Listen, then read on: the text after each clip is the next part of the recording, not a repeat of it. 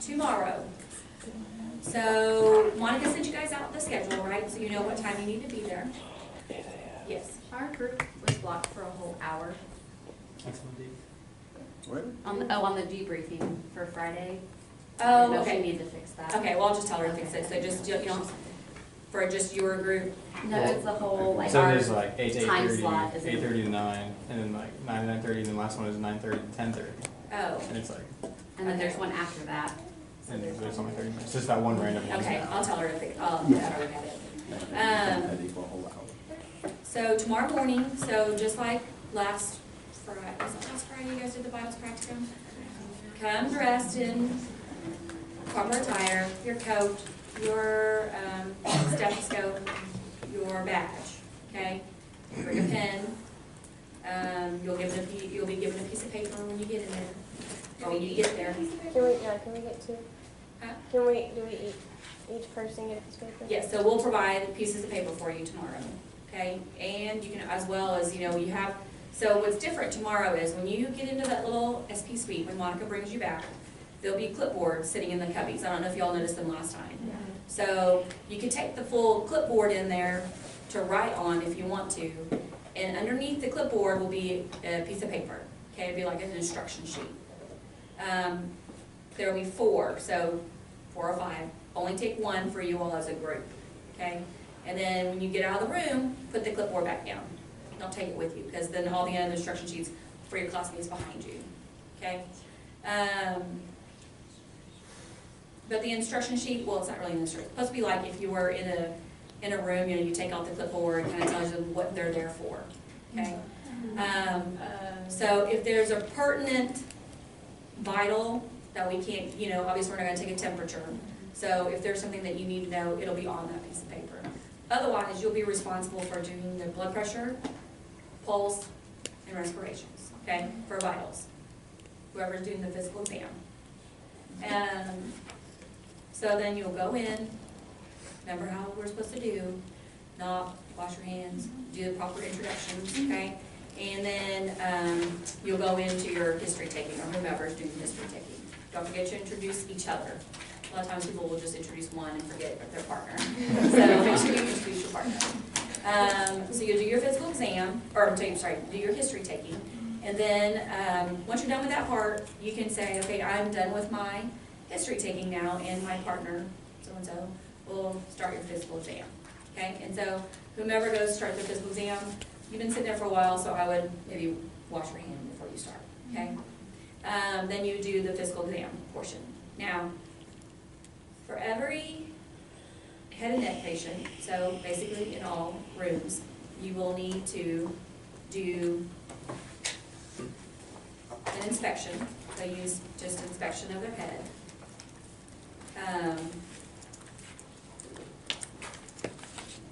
You don't really have to. Now, if it's a head complaint, okay. For every person that comes in, for every room, you'll need to inspect the head, okay? You'll do a general, basically, general physical exam. You will need to look in their ear,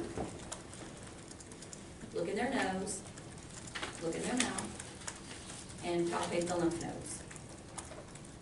And then look in their eye. So when I say look in the eye, you should be, you know, looking on the outside of the eye, as you're doing a pupillary reflex. So every patient gets a look in their eye with a pupillary response, a look in their ear, a look in their nose, a look in their mouth, and lymph nodes. What does that not have included, I guess? The physical exam, the special tests. Oh, okay. So this is a general. It's a general exam you would do for, like, if I see someone in the clinic, they're coming in for a skin rash, I still do that. Maybe, yeah, I still do that on all of my patients. But for this head and neck one, this is what you're gonna do for every single patient. Now, depending upon what their complaint is, then you would go into more of a thorough exam. Right? So, yes. Just real quick, you didn't say ears that I heard of. Do you do Yeah. this? Yeah. I missed it, okay. So, you know, and all of these, you're always inspecting first, right? You inspect first before you touch. So you'll say, I'm looking at the ear, noting any, you know, blah, blah, blah, and then you look inside their ear. Okay? So depending upon their complaint, then you go forward and do a more thorough exam. And when I say look in the throat, you can just say, ah. But if it's more of a,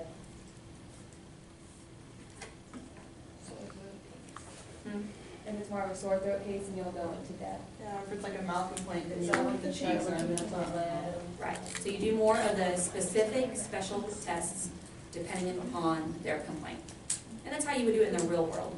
Now, having said that, some of them may be more than one area, right? So then if that's the case, then you do the exam for the rest of the areas. Yes? So if you're just doing a general inspection then, like for the mouth, then what would you note? Would you just say it's not red, or what would you? So, on your physical exam sheet, and I think even in phys di, her lecture, she kind of gave you a what is a normal, you know? Like if you know, say, there's no lesions, no lips, no, you know, because some people may have like a venous lesion or something abnormal on their lips. So just see what you see, or tell them what you don't see. What I missed. I'm worried. So the mouth, you know, if you're just looking in the mouth, just say I'm going to be taking a look in your mouth. So the SPs know that they're supposed to, you guys are doing a general exam on everything, but then you go to more specific exam. Okay, so I don't know if I answered your question. I guess I was more so just wondering, like, how in-depth we have to go with our inspection? Because, I mean, when you're looking in the mouth, are you just looking, like, to see the pillars and the tonsils? So when you're looking in the mouth, let's say if it's a mouth complaint, I need you to verbalize everything that's on this list. But if it's not general, what? So, yeah, but in general, just say no lesions or abnormalities noted inside the oral cavity. Okay. So what you're saying is for things that are not under tooth complaint, so if it's only if they're complaints out their ears, everything else we just do is general, like look it over, make sure it's normal. Correct. No abnormalities, right? You don't call it. Right, but yes, so, you know, And then like we you do make everybody, everything sometimes, on the area. right, because I'm trying to help you all minimize the exam. Last year, they did it all. They did the whole exam on the SP, regardless of what their complaint is. But I feel like, having gone through last year, I think you all need to learn how to do a focused exam as well. So again, that involves you all picking out what you think is important. We know what's important, but we want you all to learn how to pick out what's important. And if you do it all, and you have time to do it all, you're not gonna get dinged for it, okay? It's just more practice for you. Yes? I think we're scheduled for a full 30 minutes. Do we get a full 30 minutes in the room, or is it 25 minutes in the room? I think you actually on, You have 40. you actually have 40 this time. I finagled it where you actually have 40. But you'll see, you probably won't take the full 40 minutes. I'm sorry for being so picky, but I just want to make sure, can we say abnormal, or are we not allowed to? Because like a minute ago you said like no lesions, no abnormal findings. Is that okay, or? So you can, or you just say, okay, just say no lesions, noted, no redness, no swelling in, if you consider saying abnormalities, I'm sorry. Okay, I'm just, it's that's fine. my habit. No, it's fine. But I you just can want to say- make sure. You know, no lesions noted, no redness, no, you know, just something quick, no dental caries, something like that, if Okay. you want to. Can you say like no obvious signs of like infection or trauma? Yeah, you can say that too. I have a question about more the history. So I know it's more like you're asking pertinent questions to what their complaint is. But like when I was writing it out last night, like, do I need to ask like what they do for a living, or So, am I yes, okay. assumed to know So that let me- already? So now, is everybody clear on the physical exam portion? I had one more question about it, actually. Is it okay to say, I'm looking for these things, instead of like it is or isn't, since we don't know yet? Or do we act as if we don't see any lesion? Because we talked about cards, where they'll hand you a card, like, hey, I have this. But, okay, so as you So look, say, yeah. I want to know what you see. I do not see any redness, I do not see any dental caries, I do not see any swelling or lesions. I want you to say that, because that's what you're looking for. What if you can't see in the, You just say not visual. Remember, so I'm you supposed can to be like, say, I can't. unable, so again, well, we can't tell if you're looking in the eye or not. Other than we know that the skill that you're doing, the technique that you're doing is what we're looking for that part. So if you are doing a concerted effort and looking in their eye, and they know that you've got their hand on their forehead, you're looking right to right in the eye, and you are making a concerted effort, and you're close enough and trying, then they will give you the full credit. And then you just say, unable to visualize, you can say, I am able to see the retina and arteries and veins. Or if you're not able to even see them, you say, I cannot see the arteries and veins, but if I could see them, this is what I would be looking for.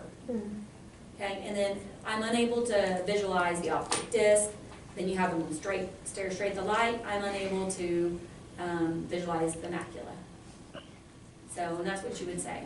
You know, and then if you say, you know, I'm unable to see the optic disc, but if I were to be able to visualize it, I'm looking for cup to disc ratio or something like that. Same with the, I'm unable to see the arteries and veins, but if I were, I'm looking for any AV nicking, copper wiring, and something else on that little list. Oh, cotton wool. Cotton wool swabs or things like that. Okay, so that we know, the point of this is so that we know, you know what you're looking for. That's why you have to tell us. Why am I making you look in the mouth? You know, what are you looking for in their mouth? You know, you're looking for any dental caries, gingivitis, any redness, any sores, lesions, that's what you're looking for. And you can say that I don't see any redness, sores, lesions on the buccal mucosa, the hard palate, soft palate, or the posterior oral pharynx. Or if you say I need to see some cobblestoning on the posterior oral pharynx. You know, that kind of stuff. Does that make sense? Yes. So, from the experience when we did our practice, you know how Don or Ron, whatever, he had that cyst on his head. Mm-hmm. You know, if you do feel something like that, Yeah, you you would- still don't know what it is, like, he's not gonna be like, well, what's that gonna be? Then, you know. Right, no, Like, he oh, I knows. see a He lesion in his knows. mouth, well, they're gonna be like, well, what is it? Like, they're not gonna do that, right? Well, if you see a lesion in the mouth, and if it's, you know, you would just note that. Say, I see because I think he has multiple fillings. There's multiple fillings noted, maybe a dental carie or, you know, something like that. But yes, if you see an ulcer or sore, I'll need to let him know. But yes, so what you'll say is, you know, this is what I've seen on your physical exam today. And these are the things that I'm, you know, that it may be, I'm not for sure, but I'm gonna do some lab work or discuss with my attending, and then we'll see you back in 2 days. Yes? for physical exams, if like your partner's doing a physical exam and they're like, yeah, I'll look in your eye, look for this, this, and this, and they leave something out, you as a partner be like, and for this, this, and this? Yeah. Because you said you're allowed to like come back and address it after they're done with their physical exam, if they missed it, but if it's just like information-wise talking, so that you guys know that we're competent, can we Right, jump so if in and you, be like you're saying, if you notice that your partner isn't verbalizing it, forgot to verbalize? yeah, if they forgot to verbalize, yes, so then at the end of it, yeah, you can tell the SP that. At the end? At the very end, or can Or I just during jump in while they're doing it? You can say it if they're doing it, Okay. yes. Okay, I can't close my right eye to see out of my left eye. It's really stupid, but I can do it with my right eye. So when I do the eye exam, I can only see it out of my right eye. So if Is that- that's the case, you need to tell your SP, say I'm unable to look out of my right eye. And so when I'm doing this exam, I should be doing it left eye to left eye, right eye to left right eye. So that way they know why you can't do it. So I still do it with my right eye, like I can still do it on the left side, and then I can't see out of mine. For testing purposes, yes. But, or you can try to look with your right eye. Which one is it you can't close? Okay, I can't close my right eye to see out of my left eye, because you know you do left, I can't do it. Yeah, I can't either. No, I can close my left eye perfect. It takes- See out of my right eye. Like my whole vision blurs out. You're just like one eye out. Yeah. Kind of like your hand. Just take some tape in with you and tape your You eyes. have to have your partner come up there and look at my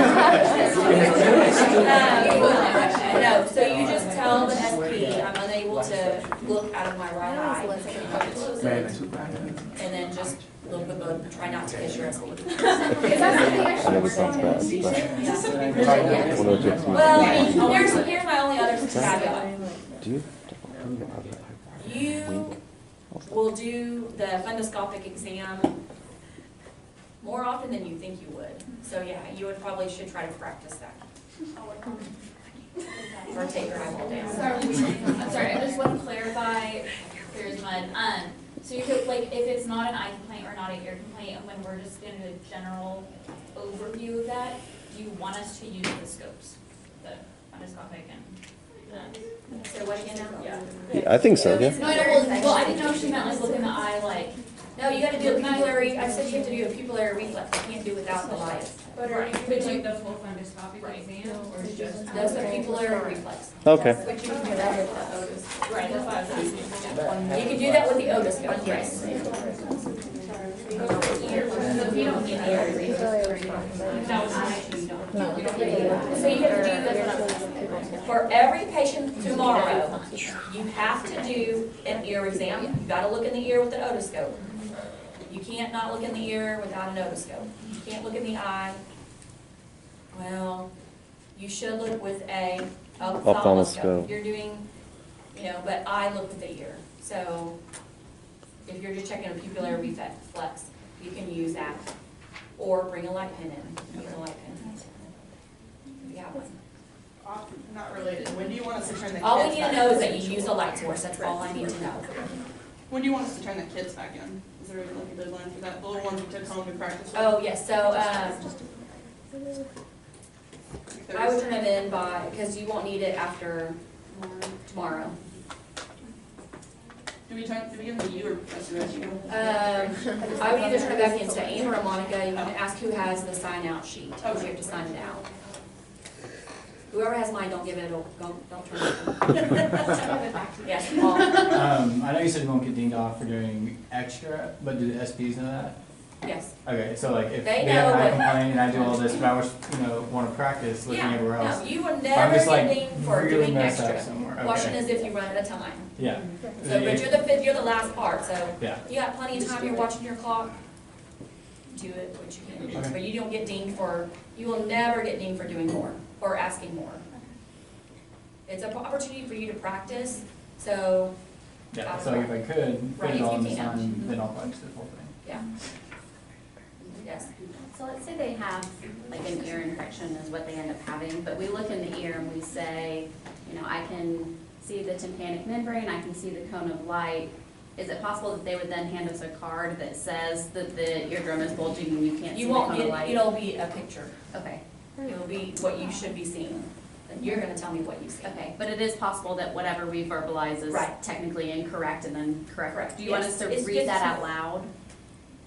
Do what now? Do you want us to read the card out loud? The so card that- will be a picture. Or, okay, or No, describe you the don't- picture out loud? No, because again, they need to know is you looked in their ear. Well, what so we can get that? Like if So that your partner your will know partner what's can going write it on. down. Oh, yeah, you can do that, yes, I'm sorry, yes, yeah. We won't get the card. Because you won't get to take the picture card home with you. No. It's just like you can't take the patient's ear home. That's You know what you're unfortunate. seeing. Yes. Okay, sorry, but if their complaint's like a headache, then Yes. the minimum, or like what we get graded on is pretty much the general of everything, so No, think about a headache, that, yeah. you gotta look, what are you in looking that- for, someone has a headache? Well, yeah. So you gotta look, you gotta do pretty much do fundoscopic everything. exam. You gotta look in the eyes, because you're looking for papilledema. Yeah, but we Um, don't do like the rubbing. The the finger, test or no, anything not like if that. it's, So it's- well, you have to ask them, are they having any hearing loss? Okay. You have any ringing in the ears with a headache? Because don't forget, tomorrow, not only the physical exam portion of it, the review systems, you guys have to ask the The right full review question. systems, Period. period. Okay. Well, no, I mean, I thought, the way I understood it was if they complained about an ear complaint, you do ROS for ear. I'm sorry, yes, I'm sorry. Permanent review, so we always, but no, but here's the thing. Okay, shh. Now, everybody has to do general, Uh-huh, yeah, okay? But y'all should know that in your sleep by now. yeah. Now, if it's a headache, like she says, Eyes, you gotta do the ears, head, you gotta do the eyes, and sinuses. might as well do the nose, So pretty much do the ears, everything. you know? So think about it. The head is pretty much everything. Right. Because you can have, you know, someone could have a strep, it has to do with that can cause a headache. Have an earache that can cause a headache. Sinus infection can cause a headache. So you have to ask it all. You need to memorize them all. And with that is, if you ask all of them, you get all the points. Because that's one thing we're asking you to memorize. Yeah. And when you're out in practice, you know, 30 years from now, you may not ask all of them, but you'll remember most of them. And it's very, you know, a lot of them are pertinent. That's why we even cut it down from last year. There's some that are, it was even longer last year. Yes? It's kind of a follow-up on the Steve's question earlier. So if our partner is doing the exam and they like do the wrong technique, do we redo the exam? Or- So, here, okay, so this is to clarify on, there were some discrepancies on the practicing. So, for tomorrow, when you look in the patient's ear, as long as you hold it like a pencil, I don't care which hand it is. But for me, I normally right ear, right, left, left. Some people say they can't hold it with their left hand. Then you can use your right hand, you're not gonna be dinged for that. So the SPs know, as long as you are looking in their ear, that is their main goal, but you gotta hold it like a pencil. Okay, and, yes? What if you don't hold a pencil correctly, because I do not? You gotta practice, because the point of that is that it sits on, you gotta put the finger on their face first, and you lead in. It's over here. Will y'all be in the room with us tomorrow? No, you will be videotaped. Can we go back to Libby? Yeah, I was gonna ask. So like when I'm asking the history, like, so for me, if it's a patient I've already seen before, like I feel like I would know what their occupation was, or Oh, yes, I'm sorry. or like their sexual orientation, or things like that. It's like, how detailed in that do you want us to get? But then, you know, like occupation, if they're like a welder and they have an eye complaint, that's important. That's pertinent. Right, so for like, okay, for instance, for a family history, so you would ask, do you have any family history of any eye disease, you know, or something like that, or cataracts, glaucoma, so whatever's important to what they're coming in for. Okay, I don't care when their dad died, unless he died of eye disease or something like that. So that's what you would ask. So like for instance, if someone came in with abdominal pain, for the family history portion of it, I would ask, you know, do you have any family history of any abdominal disorders like IBS, you know, Crohn's, or do you have any family history of colon cancer, things like that that's important, you know, pertaining to what they're coming in for. okay. Someone comes in with a headache, you would ask, do you have any family history of headaches, migraines, any history of brain tumors in your family? You know, something that's important that would help you with your differentials.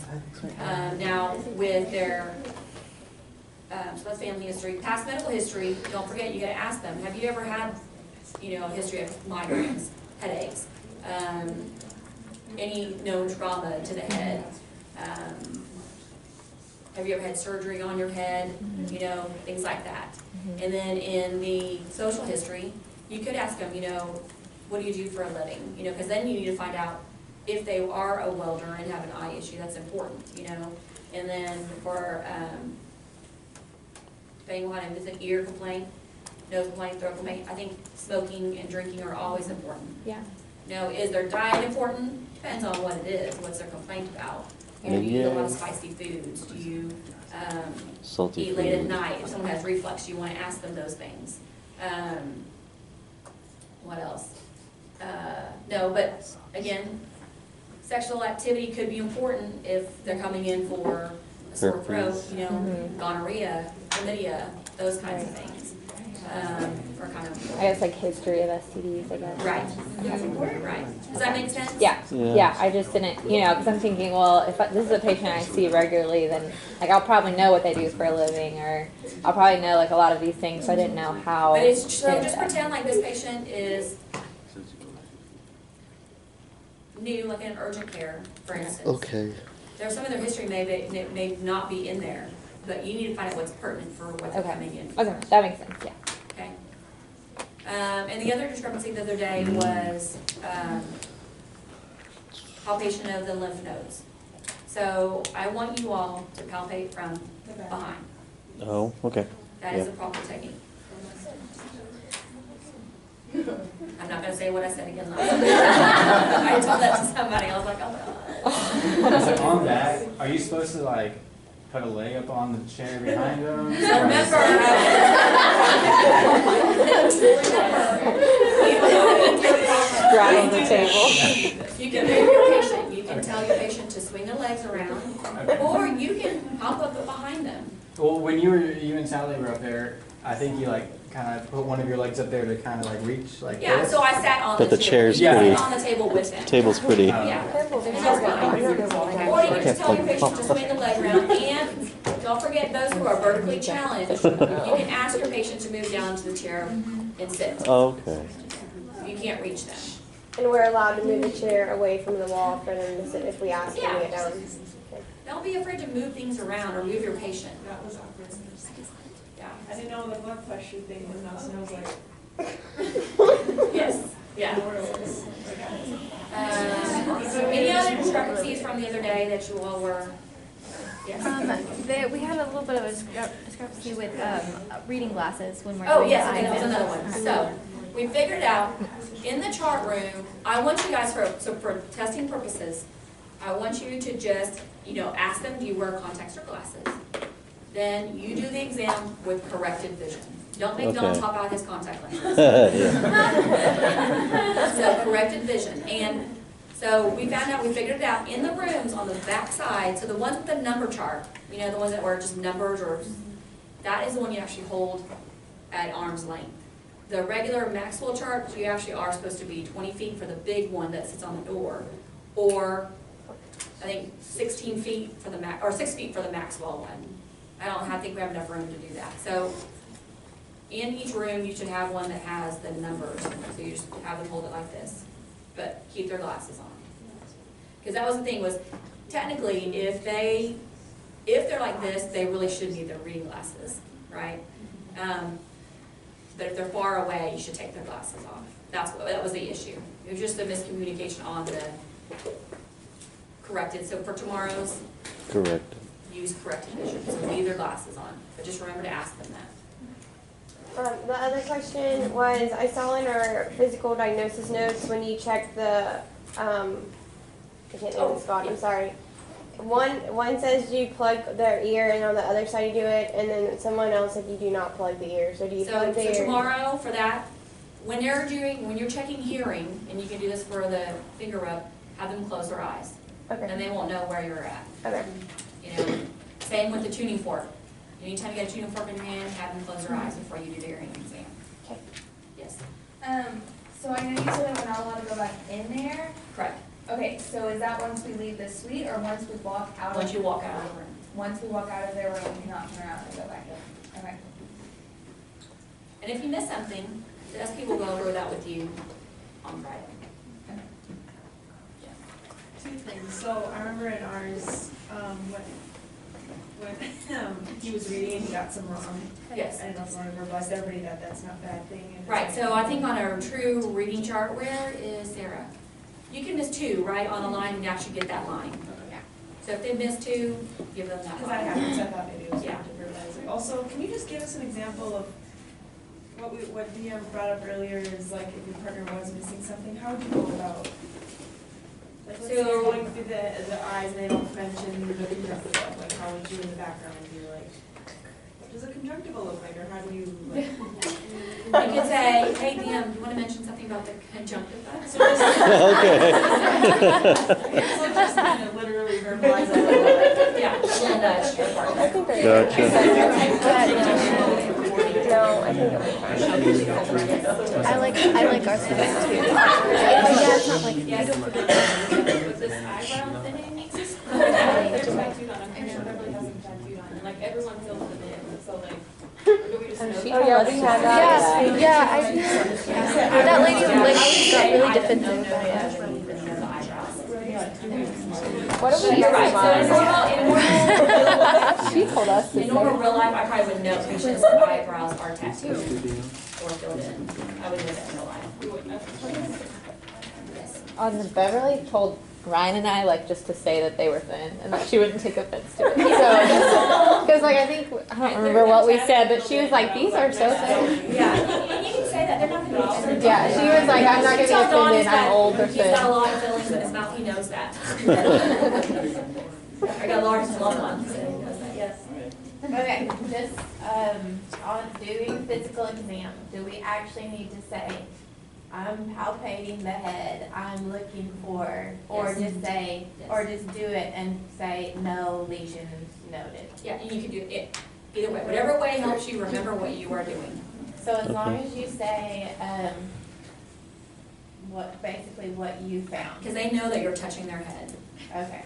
So, so same thing when you're in the ear, so I'm looking in, you know, you can say I'm looking in the ear, I don't get any, you know, the external auditory canal, is not erythematous or edematous.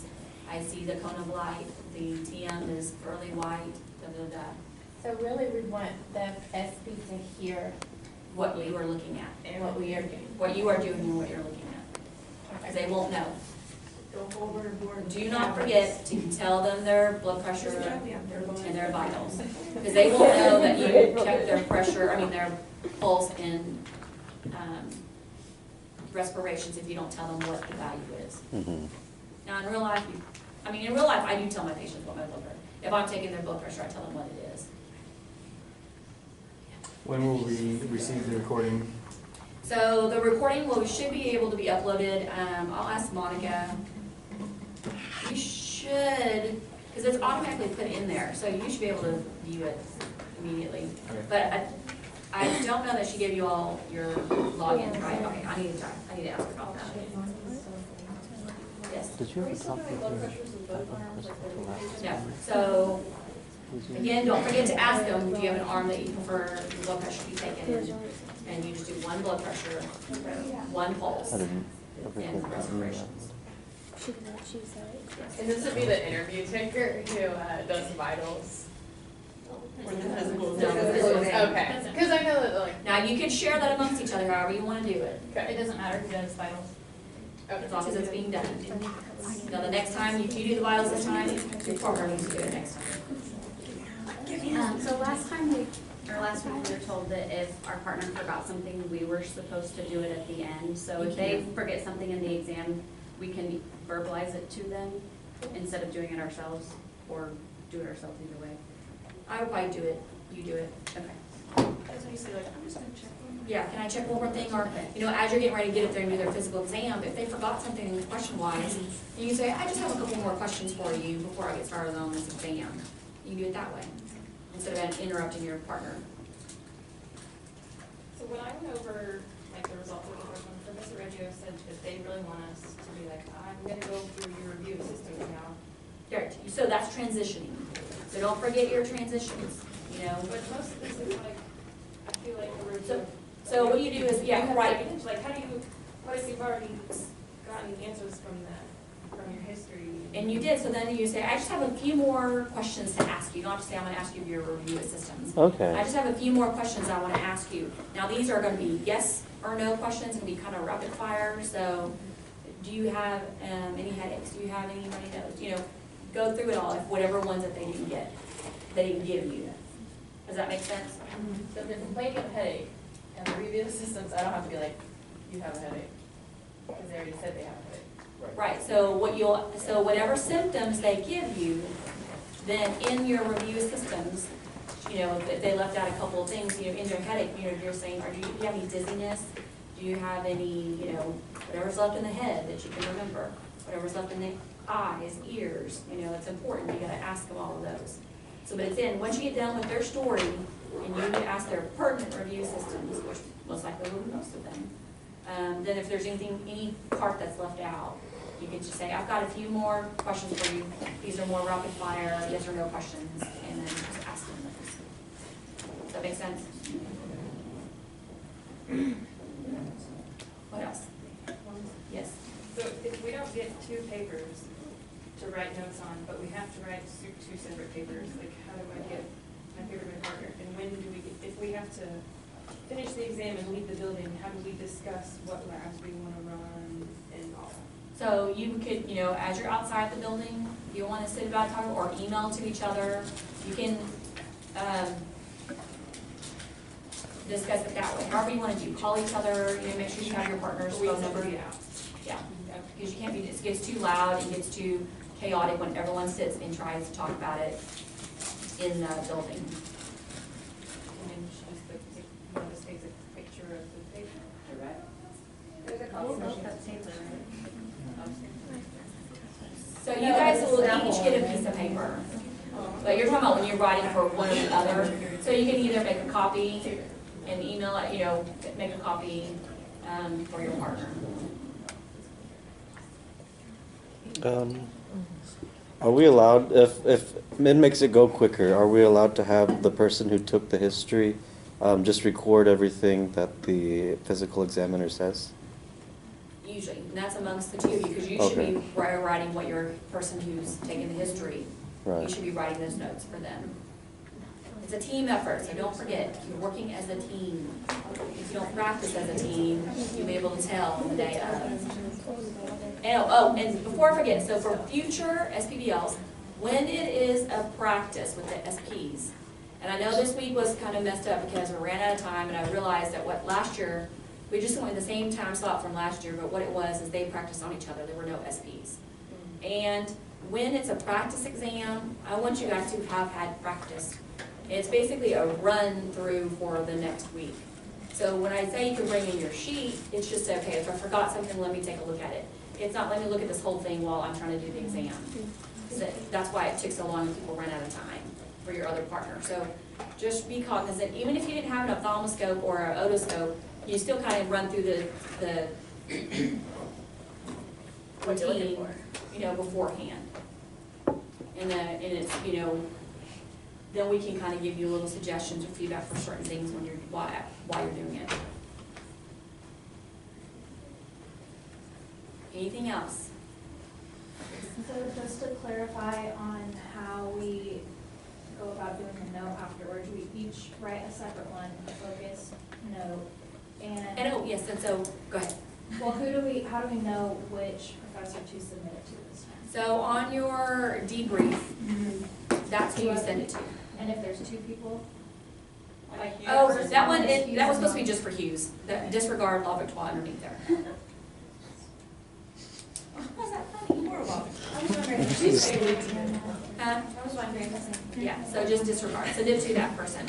And while you're typing up your note, in real, the example I gave you, you can actually put categories. So you can put past medical history, family history, social history, medications, allergies. So it's easier for us to grade your paper. In real life, you probably wouldn't write it like that. Now, however, I said that, and then Professor Hughes was like, that's how I write my notes. In a scope note. I usually just write it, and then I'll put a paragraph, her past medical history, and then, I lump it all together in the next paragraph. But for grading purposes, it's probably easier if you section them out. So you do your HPI, then you can do your past medical history, family history, social history, and just type it up that way so that it's easier for your faculty members to grade your paper. Does that make sense? Mm-hmm. It might be easier for you to remember as you're taking the history. And then only one of the partners has to send the orders. Yes, or you can, now having said that, last year we got issues because a person sent orders and their partner sent a different set of orders. So make sure you talk to each other. And here's the other thing, you don't have to order anything. If you feel comfortable with what your assessment is, your differential diagnoses, you don't have to order anything. I'm not making these cases aren't going to be like the most obscure things. I do them so that they're things that you would see. Yes. For orders, though, for like a strep test, like rapid strep, is that the kind of thing you need? Yes. Right. Can we just CC our partner on Yes. the email? That way everyone's... Correct. So if you're going to send, if you're the one in charge of sending your email, just CC your partner underneath there. So then when I reply, I'll reply all.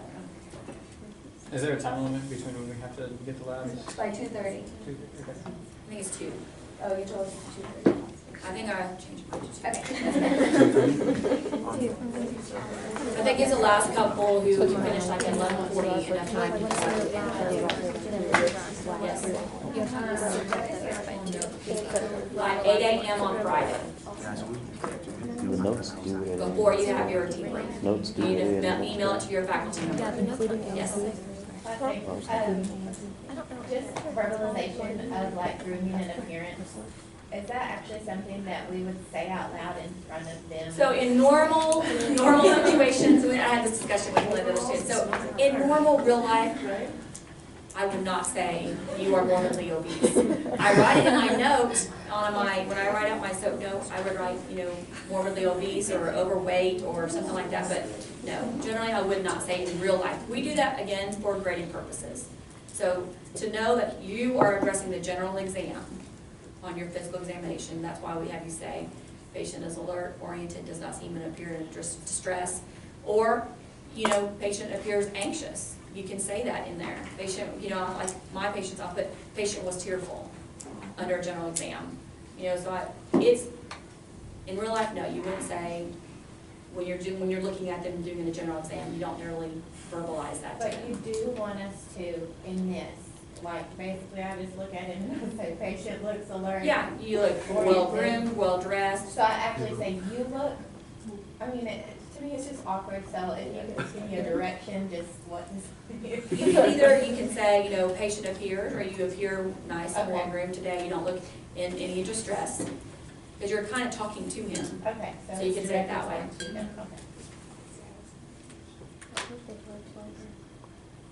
What else? Yes. Okay, I had a question about like when we were describing everything. Can we use layman terms? Yeah. Or do we need to? When you're talking to the SP, you mean? Yes. Yes, so if you're, like I said, I do not see any redness, swelling, if you want to say it that way. Okay. Your paper is the part that needs to say no erythema or Okay. edema. That had my head spinning. Yeah. Right, because you guys are still learning the nomenclature, right? So they need to know what you see. And they know that you don't know all the fancy terms that we know. But you will know the fancy terms by the end of it all.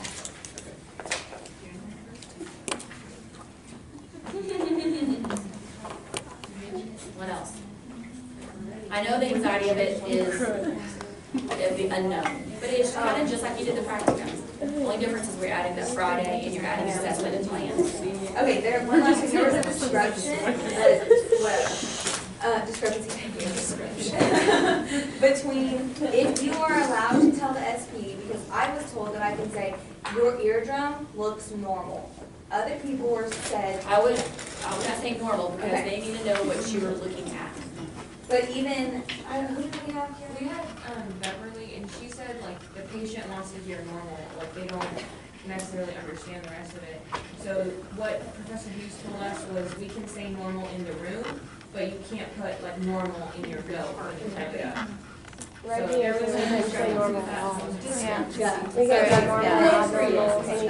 And then other people were told that they are not allowed to say normal at all, even in the room, where RSP said patients want to hear normal, because they don't know if no redness is a good thing or bad. I was in there, Beverly, she was more saying that's, I think more for us as in communicating with our patients, normal's good to them, but, she wants to know also for grading purposes what it is and isn't, So- she was the only one I think did that, and it was she was still undecided about it whenever we were, I would say what you see and then say, which is normal.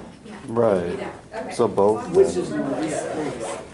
We were still writing on this. It's pink in color. Appropriate, instead of saying normal, you're not saying they're normal, just say appropriate. Oh, I like that word. I said appropriate in the room, and Reggie got mad at me. Yeah, well, we're You got gonna told for words? Yeah. She was like, well, if she can't use abnormal, you can't say appropriate. We had Reg there, though. Remember? Because she Reg, though.